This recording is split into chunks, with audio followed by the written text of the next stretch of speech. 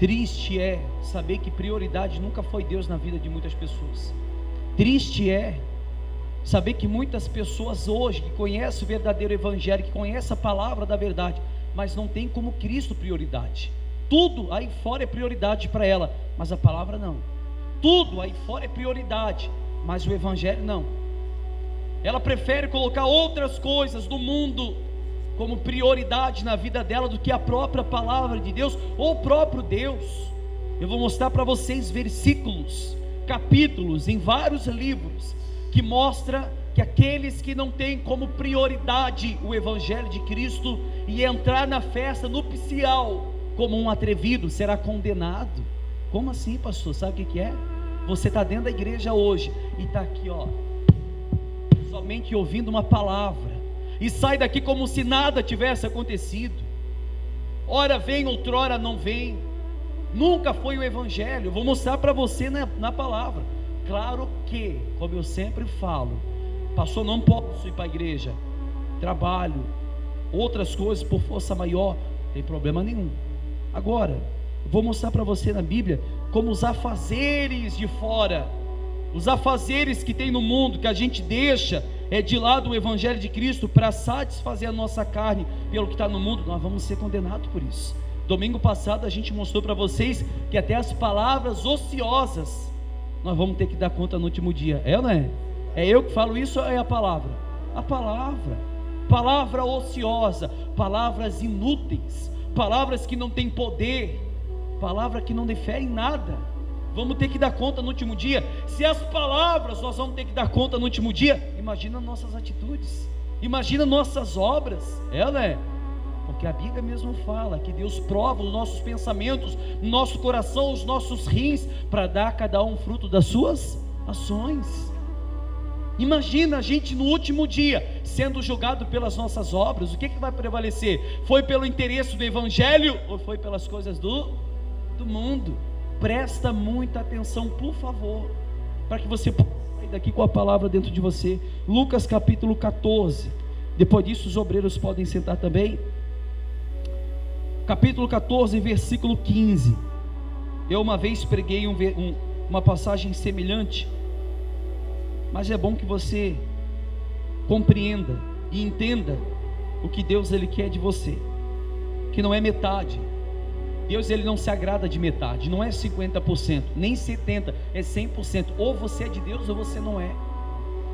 A gente sempre fala que não existe liberdade de escolha, não existe livre-arbítrio. Como assim, pastor? Se eu quiser estar na igreja, eu estou, se eu não quiser, eu não estou. Se você não está na mão de Deus, você está na mão de quem? Quem que fala isso? A palavra. Se eu não for escravo de Deus, eu sou escravo do pecado, do diabo. Não podemos servir a dois senhores, odiar, agradar um e odiar o outro. Ou eu me agrado de Deus e deixo o mundo de lado, ou eu vou sentir agrado do mundo e deixo Deus de lado. Eu não posso estar dentro da igreja ao mesmo momento tendo o prazer pelas coisas do mundo. Mesma coisa, eu vou ser condenado por isso. Quem está em cima do muro está na mão do diabo. A própria palavra fala isso. O diabo até faz isso na vida de muitas pessoas, deixar ela ter até vontade de vir para a igreja, mas ao mesmo tempo vontade do mundo. Está dividida, não podemos cochear entre dois pensamentos. Amós 3,3 diz: andarão dois juntos se não estiver em concordância. Você não pode andar com Deus, mas ao mesmo tempo a vontade do mundo prevalece. Seria um evangelho inútil dentro de você, seria um evangelho que não te transformou, que não te convenceu, seria um evangelho que não trouxe salvação, mas apenas mostrou para você que você é importante. Quando nós não pregamos isso, é ou não é? Nós mostramos o quanto o homem é depravado e o quanto ele necessita de Deus. Enquanto mais você buscar Deus, melhor é na sua vida, menos vontade de pecar. Quanto mais você busca Deus, quanto mais você ora, quanto mais você se introniza com as coisas de Deus, menos vontade de pecar, menos vontade de ir para o mundo, menos pecado rodeia você, porque o que prevalece é aquilo que é mais alimentado. Se o Espírito de Deus está dentro de mim, o meu desejo vai ser pelas coisas do reino dos céus, sem nada dessa terra. E como eu falo e volto a frisar mais uma vez, estamos há 1 ano e meio pregando esse evangelho, e triste é que ainda tem pessoas que não nasceram de novo. a gente consegue ver que tem pessoas que nem conhecem o Evangelho. Se a gente perguntar para ela o que é a soberania de Deus, não vai saber responder. O que é a soberania de Deus? Tudo provém dele, tudo é da vontade dele. Ninguém vai ser salvo pelas obras. A gente cansa de pregar isso. Não é uma simples caminhada até o monte, não é 12 horas de jejum, não é uma madrugada inteira de joelho no chão, calejado o joelho, que isso vai tornar você salvo, e isso santifica vocês, para que vocês não tenham vontade pelo pecado. Agora, o homem que é salvo, o interesse dele é pelas coisas de Deus, e não pelas coisas do mundo.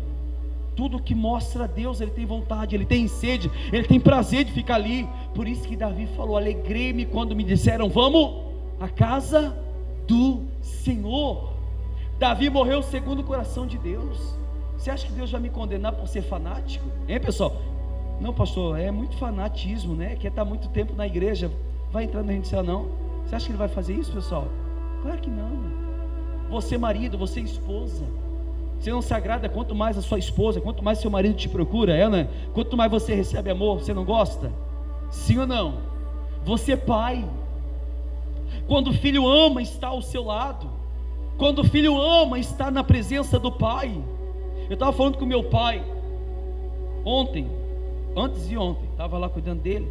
Falei assim: pai, eu aprendi uma coisa. Tem muita gente que não vai concordar, mas não tem problema. Eu aprendi uma coisa: a ter medo de Deus. Pastor, mas não podemos ter medo de Deus. É? Você que é filho e apanhava feita a doidada do seu pai, você tinha medo dele, e esse medo causava em você o que? Temor. Nenhuma palavra saía da sua boca com falta de respeito. O pai chamava, o filho já estava ali, porque sabia que senão ia, apanhava. Aprendia a ter medo, e o medo trazia temor. Como é que é a geração de hoje? Não tem medo do pai. O pai não bate mais, não tem medo mais do pai. E se não tem medo, não tem temor, não teme o pai e a mãe. A geração de hoje em dia é assim, ela é. O pai briga, o filho está nem aí, porque aprendeu a não ter medo. E eu tenho medo de Deus, porque eu sei onde Ele pode me lançar, eu sei onde Ele pode colocar minha alma. A Bíblia fala bem assim: não devemos temer aos homens, que depois que matam não sabem o que faz com o corpo, mas temei aquele que pode lançar sua alma no Sheol, no inferno, no Guiena, no Hades, no Tártaro. Temos que temer a Deus, temei a Deus e dar-lhe glória, pois é chegada a hora do seu juízo, e adorai aquele que criou a terra, o céu e o mar e as fontes das águas. Temei, ter medo, se submeter a Ele. Sujeitai-vos, pois, a Deus, e resisti o diabo, e ele fugirá de vós. Olha o que fala Lucas 14, 15, capítulo 14, versículo 15. A parábola da grande ceia diz assim: e ouvindo isso, um dos que estavam com ele à mesa disse-lhe: bem-aventurado o homem que comer pão no reino de Deus. Porém ele disse: um certo homem fez uma grande ceia e convidou a muitos, e à hora da ceia mandou o seu servo dizer aos convidados: vinde, e já está tudo preparado. Presta atenção, gente. E todos a uma começaram a excusar-se, ou seja, se recusaram. Disse-lhe o primeiro: comprei um campo e preciso ir vê-lo, rogo-te que me hajas por escusado. E outro disse: comprei 5 juntas de boi e vou experimentá-los, rogo-te que me hajas por escusado ou recusado. E outro disse: casei e portanto não posso ir. E voltando aquele servo, anunciou essas coisas ao seu senhor. Então o pai de família, indignado, disse ao servo: sai depressa pelas ruas e bairros da cidade, e traze aqui os pobres, os aleijados, e os mancos e os cegos. E disse o servo: Senhor, feito está como mandastes, e ainda há lugar. E disse o Senhor ao servo: sai pelos caminhos e atalhos e força-os a entrar, para que a minha casa se encha. Porque eu vos digo que nenhum daqueles varões que foram convidados provará a minha ceia. Que coisa interessante. Novo Testamento, a Bíblia fala que Esse homem fez uma grande ceia, que é o próprio Deus. A ceia que a gente faz, da Santa Ceia, nós anunciamos a Cristo, é ou não é? Então a ceia que estava sendo preparada era o Evangelho para anunciar as boas novas, anunciar Cristo ressuscitado, anunciar aquele que havia de vir para trazer vida ao homem. Saiu o servo para convidar, chegou para o primeiro. Quando ele olha para o primeiro convidando, o primeiro fez o quê? Não quis. Olha, me tenha como excusado, me tenha como recusado, porque eu preciso cuidar da junta de boi que eu comprei, né? Eu preciso cuidar da junta de boi. Então tá bom. O segundo convidou o homem que tinha comprado um campo. Me sinta excusado ou recusado, não posso ir, eu tenho coisas a me preocupar, me deixa excluído dessa, não posso ir. Tudo bem. Foi para o terceiro, acabei de casar, é viável que eu tenho que participar da lua de mel, né? Não é assim que ele estava pensando? Me sinta excusado ou recusado, não posso ir, eu tenho a minha esposa para desfrutar, eu tenho o meu casamento para desfrutar, não posso ir não. Tudo bem. Esse servo chegou, Senhor, que era para o próprio Deus, todos que eu convidei não vieram, todos que eu convidei não puderam vir. A Bíblia diz que esse homem indignado, enraivado, a outra passagem de Mateus que fala do mesmo texto, estava irado, e mandou tacar fogo na casa dessas pessoas, e mandou acabar com a família dessas pessoas, com a casa dessas pessoas. O Evangelho foi anunciado, eles não aceitaram. Pastor, mas por quê? Porque o Evangelho está sendo anunciado. Deus deu uma oportunidade. Não, primeiro eu tenho meus afazeres, depois se sobrar um tempo eu vou. Depois se sobrar um tempinho, olha, domingo é o dia que eu saio com a minha família. Pastor, não posso estar na igreja. Mas só tem culto domingo, abençoado. Você não pode sair sábado? Pode sair domingo de manhã até perto da hora do culto? Claro que você tem que valorizar a sua família, não estou falando que não tem que valorizar, mas fica muito tempo sem participar do culto para você ver se você tem mais coragem de voltar, se você tem mais força para voltar, se você tem capacidade de voltar. A fé vem pelo ouvir e ouvir a palavra de Deus. A fé é pelo ouvir a palavra. Se você não ouve a palavra, você não tem fé. E se você não tem fé, nada te basta. Você tem vontade de pecar, você tem vontade de errar, como acontece com muitos. Hoje tem muita gente da nossa igreja que saíram da igreja, hoje pecam com liberdade. A vida dela já não faz mais parte do reino. A pessoa não tem mais prazer nas coisas de Deus, a pessoa não tem mais prazer pela palavra. Mas o Evangelho foi anunciado, foi ou não foi? Por isso que a Bíblia diz: muitos são chamados, mas poucos escolhidos. Quantas pessoas estão aqui que foram chamadas? Eu digo para vocês que estão aqui, e pasmem do que eu vou falar agora, nem todos aqui vão ser salvos, nem todo mundo que está sentado nessa cadeira vai ser salvo. Pastor, mas espera aí, está dizendo que eu vou ser condenado? Eu não conheço o seu coração. Ele conhece. Base para isso, que prioridade tem dentro de você? Ei pessoal, o que prevalece? É o reino ou é o campo? É o reino ou é o cevado? É o reino ou é o casamento? O que prevalece na sua vida? E o que permanece? A vontade de buscar Deus ou a vontade do pecado? Como a gente sempre fala, tem até pessoas que vêm para a igreja, ouvem a palavra, a semana dela é como se fosse um ímpio, como se fosse uma pessoa que nunca conheceu o Evangelho de Cristo, peca com liberdade, o pecado faz parte da vida dela, ela bebe do pecado, como a gente sempre fala, como o homem bebe um copo de água, meu Deus, como se bebe um copo de água. Tem muita gente assim. Aqui todo mundo é de Deus, para mim, mas eu digo uma coisa para vocês, Ele não vê da mesma forma não, e é Ele que vai te condenar, é Ele que vai te lançar no Hades, é você que vai estar ante o tribunal dele. E eu não estou falando nada que não está escrito na palavra, e me prove ao contrário se eu estou mentindo. Quem aqui não quer fazer a sua vontade própria? Todo mundo quer, né? Quem aqui não queria estar hoje, talvez numa festa em família, talvez fazendo outra coisa que a sua carne gosta, mas estamos na igreja? Porque muitos são como Davi. Eu alegrei-me quando me convidaram para ir para a casa de Deus. A minha alegria foi maior quando falaram: vamos para a igreja, vamos. Eu não vi a hora de chegar domingo. Como chega ali o casal, a dona Rose e o seu Jaci, mandam mensagem quase diariamente: pastor, não vejo a hora de estar domingo na igreja. Desejo pela palavra, vontade de estar aqui para ouvir o evangelho. Se todo mundo fosse igual, né? Se todo mundo tivesse esse interesse, se todo mundo tivesse essa vontade. A palavra que fala isso, não sou eu. A palavra mostra pessoas interesseiras que só vêm buscar o evangelho quando precisam de algo e não vêm buscar Deus pelo que Ele é, né? Davi mesmo disse: o que darei eu a ti, Senhor, por todos os benefícios que tens me dado, se tudo que eu tenho vem de ti? Até o desejo de te adorar vem de ti. Agora, se até o desejo de adorar Deus vem dele, e eu não tenho desejo de adorá-lo, é sinal que Ele não está aí para mim, é sinal que Deus não está na minha vida, né? Se o desejo, Davi falou, se até o desejo de te adorar vem de ti, se eu não tenho desejo ou prazer de adorar Deus, é sinal que Ele não está na minha vida, é sinal que Ele não manifesta esse poder na minha vida, é sinal que Ele não coloca esse desejo ardente. É a garantia de vida do homem, daqueles que saíram, que estavam arraigados no pecado, aqueles que saíram do local do pecado para uma nova vida, e Ele o colocou nos lugares celestiais dessa terra. O que está prevalecendo na sua vida?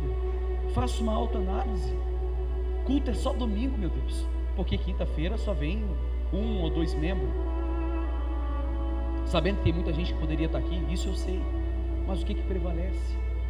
O reino dos céus está próximo, é chegado o reino dos céus, é chegado o reino dos céus, a Bíblia mesmo fala isso. Falta muito pouco para Jesus voltar. Se o pai de família soubesse a hora que o ladrão viesse minar sua casa, ele estaria preparado. A Bíblia fala isso. Se você soubesse o dia que Cristo iria voltar para buscar sua igreja, você estaria, hein, pessoal? Você estaria preparado? Você viria buscar Ele com toda a força, com todo o rigor, até mesmo sem força você viria buscar Ele. Como eu sempre falo, se você pudesse um segundo, não digo 1 minuto, mas 1 segundo, se você pudesse 1 segundo ir até o inferno e voltar, você viria para a igreja de joelho. Da sua casa até a igreja você viria de joelho. Mas como nunca ninguém viu, o povo é relaxado, o povo não vem, não quer saber de Deus.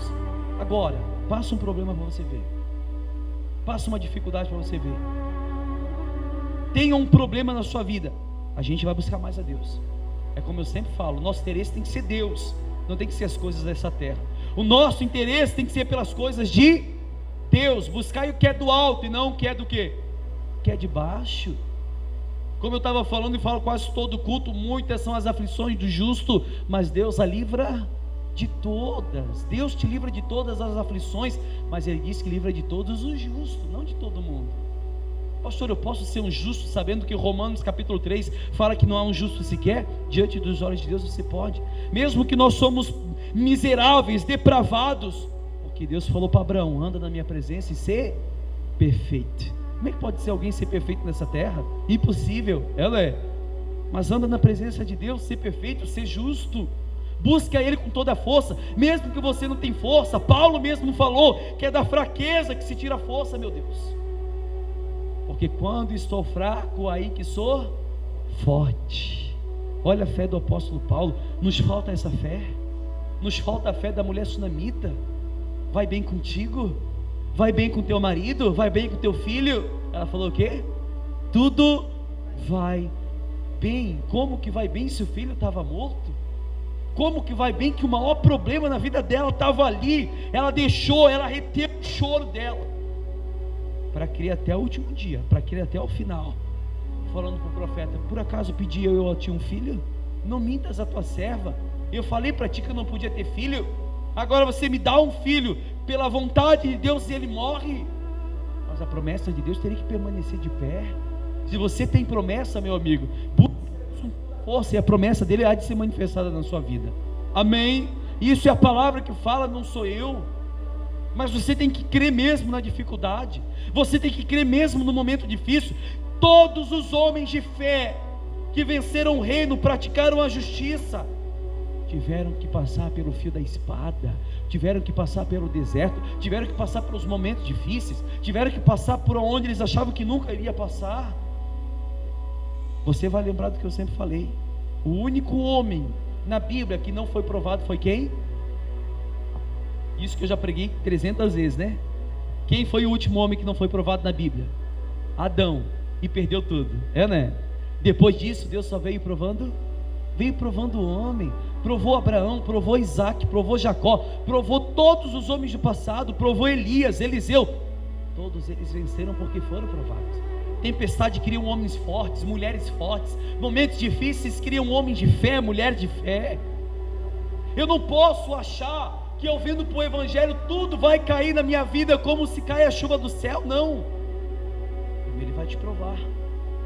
A gente pregou já uma vez em Deuteronômio capítulo 8, que ele te prova, ele te coloca no deserto, ele faz você passar fome, ele te castiga para ver o que estava no seu coração.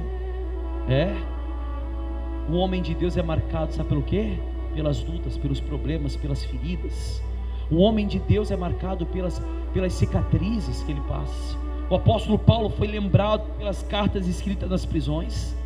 Paulo fala: sejam meus imitadores assim como Cristo. Como é que eu vou imitar Paulo, meu Deus? Se Paulo apanhava, Paulo foi preso, Paulo ele tinha prazer quando ele era injuriado, mas tudo pelo reino, porque ele sabia que andando no Evangelho é andar na contramão do mundo. Ninguém vai aí a teu favor, meu amigo, quando você estiver no Evangelho, nem os da sua própria casa. Eu vou mostrar para você, nem os da sua própria família. Se você está hoje na palavra verdadeira e vai pregar o verdadeiro Evangelho em casa, e a sua família se levanta contra você, se regozije, porque você está no Evangelho verdadeiro. Se crucificaram a nossa vida, o pão da vida, a água que jorra do interior do homem, se crucificaram Jesus. Era um homem bom, não fez nada de mal para ninguém, mas o homem não suportava a bondade. Os homens do passado não suportavam como os homens de hoje. É como eu sempre pergunto, vou perguntar uma coisa para vocês: é ruim servir a Deus? É ruim servir a Deus, pessoal? Não é ruim servir a Deus. Deus, Ele é um Deus ruim com aqueles que não buscam pelo pecado, sim, mas com justiça. Agora eu não vejo motivo para eu estar na presença de Deus e gostar mais do mundo do que a presença dEle. Se eu tenho prazer pelas coisas do mundo e não pelo Evangelho de Cristo, é sinal que eu nunca fui tocado por Ele. É sinal que o meu coração está voltado para as coisas de fora e não pelas coisas que estão no reino dos céus. O que prevalece na sua vida? Eu sempre falo isso: coloca uma balança e vê o que prevalece. Você vai ver realmente se é Deus, se é o Evangelho de Cristo ou se é o mundo. E a Bíblia chama 3 homens: o do campo, o do cevado e o homem casado. 3 histórias diferentes, que mostrou homens que estavam interessados pelas coisas do mundo, que não estavam interessados pelo Evangelho de Cristo. Ou não é? Como eu volto a falar, como eu falei no começo, na igreja tem muitos assim. Agora, se você vai ficar bravo, aí é o seu critério. Eu estou pregando o que está escrito dentro da palavra. Se eu não pregasse, eu ia pregar, ou não é? Se eu não pregasse, você ia ler. Mas é a Bíblia que fala isso. Temos que construir, temos que levantar. Como é que era a igreja primitiva do povo? Todos os dias eles estavam no templo. A Bíblia diz que todos os dias eles se ajuntavam em oração, no partir do pão, todos os dias. É todos os dias.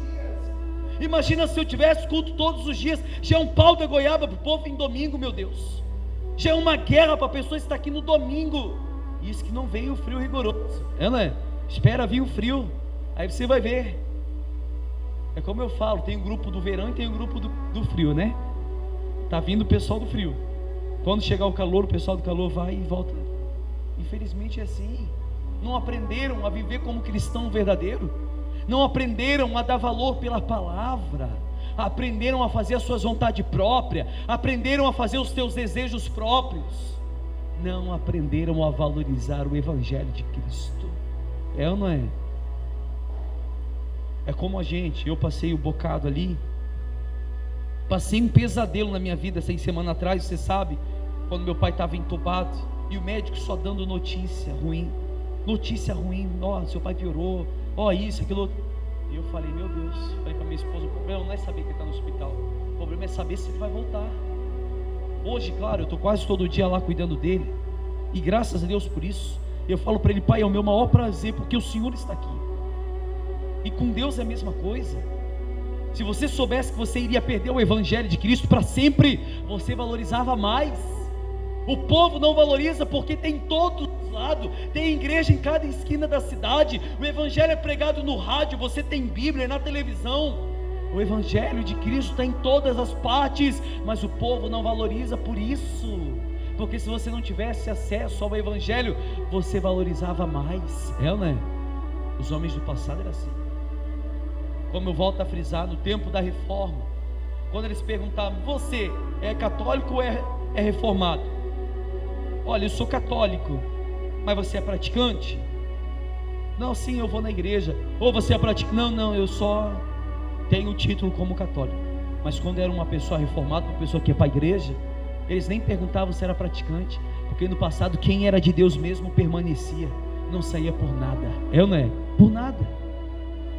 Eu falei isso esses dias e vou falar de novo. Se o Evangelho de Cristo viesse desde o apóstolo Paulo até hoje, Deus se manifestava da mesma maneira que Ele se manifestava no passado, mesma maneira, mas o interesse não é mais o mesmo hoje em dia, né? As igrejas inverteram seus valores, pregam prosperidade, pregam cura, pregam bênção materiais e não pregam Cristo, pregam porta aberta, pregam casamento, pregam vida financeira, mas não pregam salvação. Por isso que o povo do mundo está desacreditado, por isso que muitas pessoas não vêm para a igreja, pintam as paredes de preto, colocam show gospel em cima do altar, é obrigado a encher a igreja. O povo quer entretenimento, o povo quer show pirotécnico, meu Deus. O povo quer aquilo que agrada eles por um momento, eles não querem aquilo que rasga a sua carne, eles não querem aquilo que rasga o seu coração, porque o Evangelho de Cristo nos constrange, fazendo com que se um morreu por todos, logo todos morreram. Cristo morreu por você, não morreu? Por que você não morre por ele? Não precisa pegar uma faca e se matar, não. Morrer por ele, sabe o que é? Negar suas vontades próprias, morrer para esse mundo, morrer para suas vontades, para o seu coração, morrer pelo que grita dentro de você. Isso é morrer por Cristo, ter mais prazer na presença dele, orar mais, ler mais Bíblia, quanto mais puder estar na igreja, esteja. Porque eu duvido que você se esfria estando dentro da igreja, né? Se esfria não. Claro que tem muita gente que não tem mesmo interesse, mas quando ouve a palavra é totalmente diferente do que está em casa, ou não é? 38, é o mesmo livro de Lucas, só volta algumas folhas. Vocês estão entendendo, pessoal?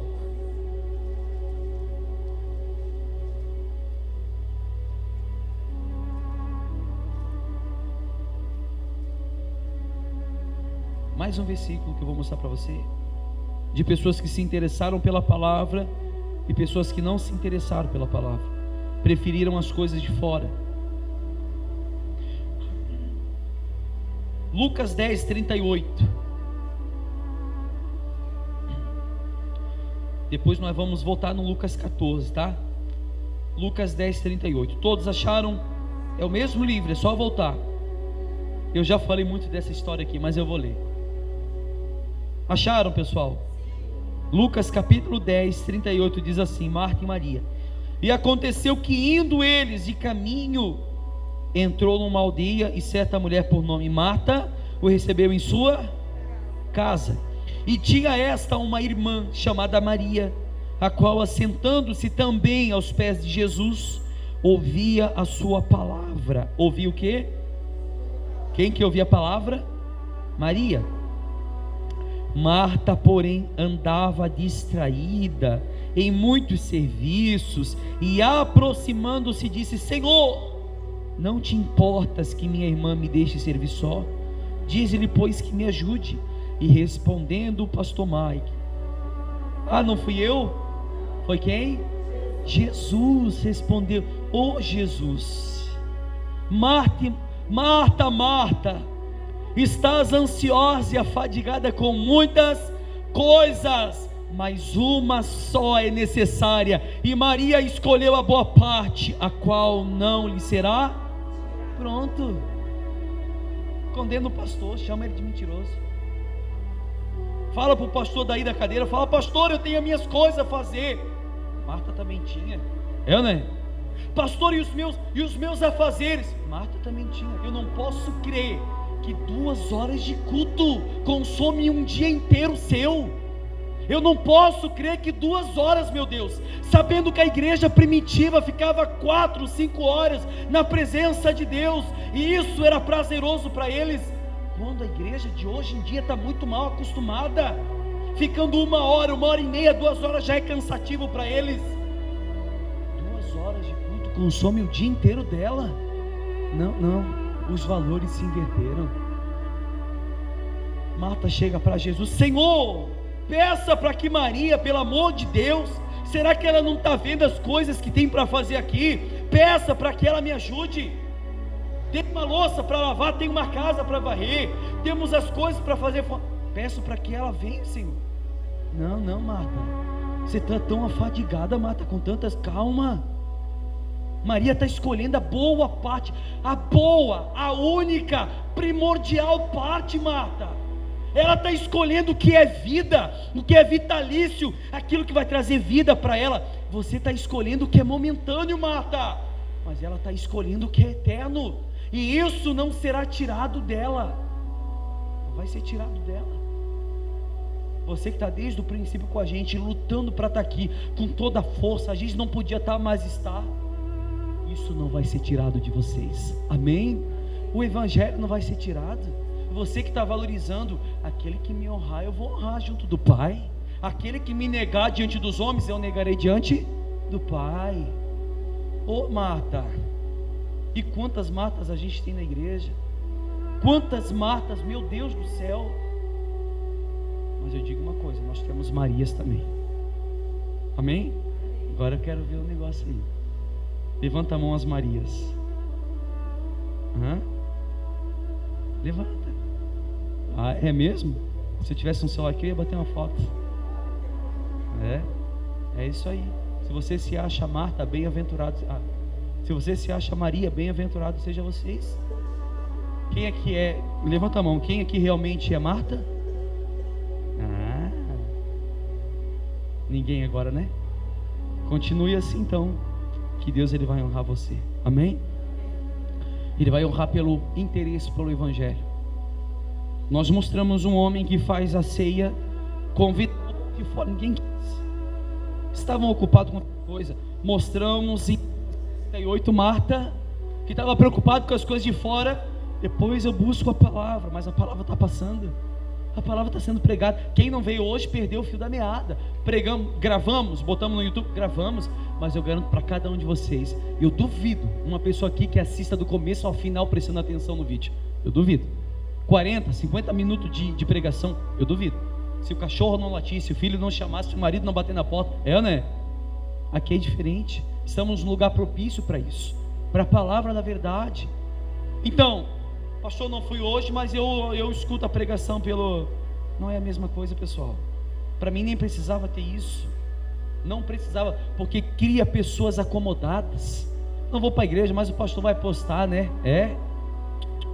Cria pessoas acomodadas. Eu falo para os obreiros: nós subimos o monte, não porque Deus vai se manifestar de forma grandiosa na nossa... Não, mas para que a gente saia do nosso acomodismo, para que a gente largue o acomodismo, larga aquilo que o mundo tenta trazer para a gente. Porque se a gente não tivesse no monte, estaria em casa, esbanjando pecado, esbanjando o celular, esbanjando tudo.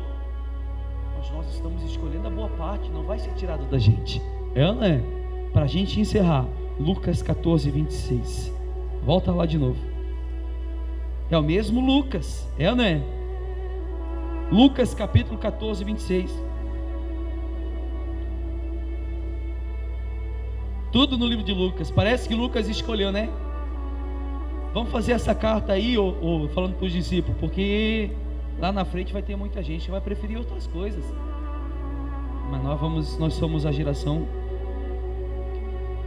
não digo geração, né? Mas nós vamos ser a igreja que vamos escolher a boa parte. Amém, pessoal? Lucas 14, 26 diz assim: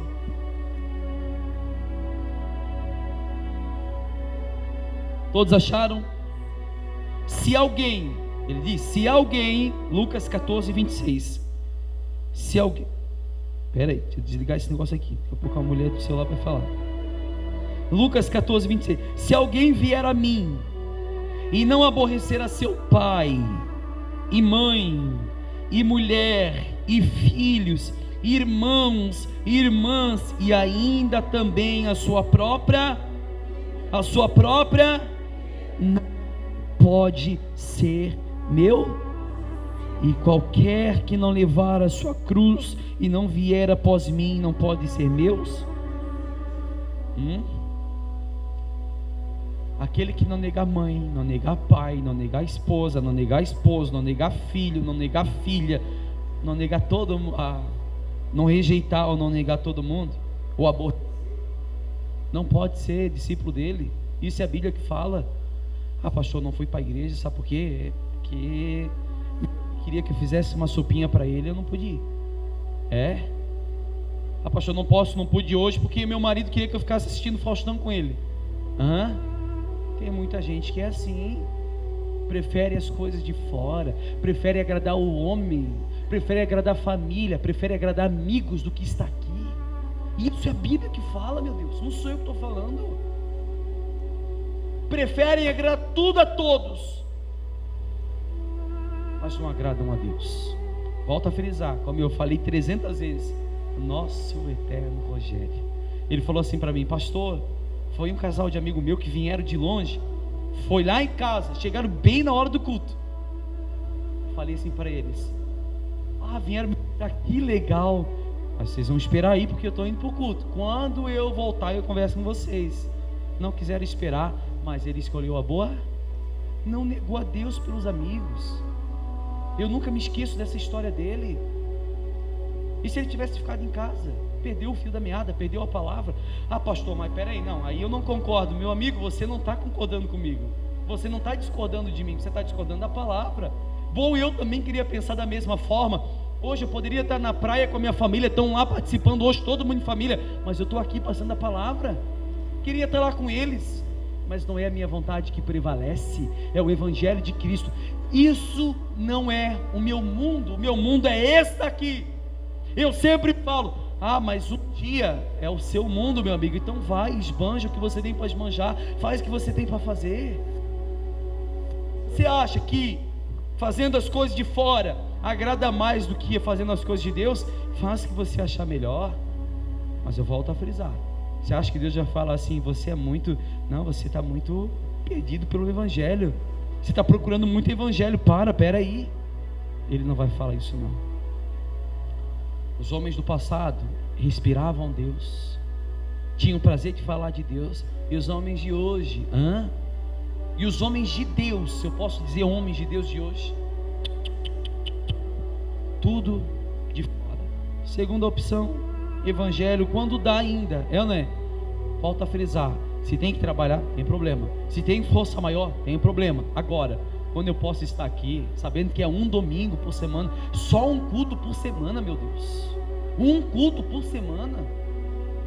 Parece que a pandemia veio para revelar realmente quem são sinceros. Né? Em casa ou não em casa, trabalhando ou não trabalhando, dentro da igreja ou fora, todo mundo está sujeito a pegar o vírus e acabou, pronto. Não arrume desculpa. Eu sempre falo isso, não arrume desculpa. Você vai no banco, não vai? Você vai no mercado, não vai? Você vai fazer tudo isso. Não é na igreja que você vai pegar. Está todo mundo de máscara, tem álcool na porta. Mas é necessário que isso aconteça, se manifestar os sinceros. Amém? Agora, se você está com vontade de tacar uma pedra em mim, meu amigo, tá não, né? Tem certeza? Graças a Deus, por isso está suando aqui já. Eu falo, meu Deus, se tivesse uma porta aqui do altar, eu tinha saído por aqui, né? Não tem problema não, o Evangelho está sendo pregado, que ele está escrito. E eu mostrei para você aonde? Não tem muita gente que fala: não, vai aproveitar a família, depois se der para ir para a igreja. Não é isso que a palavra me mostra não. A palavra me manda eu aproveitar o Evangelho. Se eu puder estar com a minha família na igreja, amém. Se eu não puder, depois eu vejo o que eu faço com eles. Mas primeiro o Evangelho, depois eu vejo o que eu faço. Primeiro a palavra de Deus, porque eu sei que quando eles passarem qualquer problema, eles vão procurar quem? Vão procurar mim. Como eu falo com meus irmãos, eu estou na igreja, esse é o meu mundo. Porque quando vocês passarem qualquer problema, vão pedir informação. É para mim, não vão pedir para outro. Amém? Você já vê por você, né? Quando a sua família passa qualquer problema, vão atrás de quem? De vocês, que vocês estão na igreja. Diga graças a Deus. Quem entendeu a palavra faz assim. Entenderam mesmo? Vamos ficar de pé. Aplauda Jesus bem forte, que Ele merece.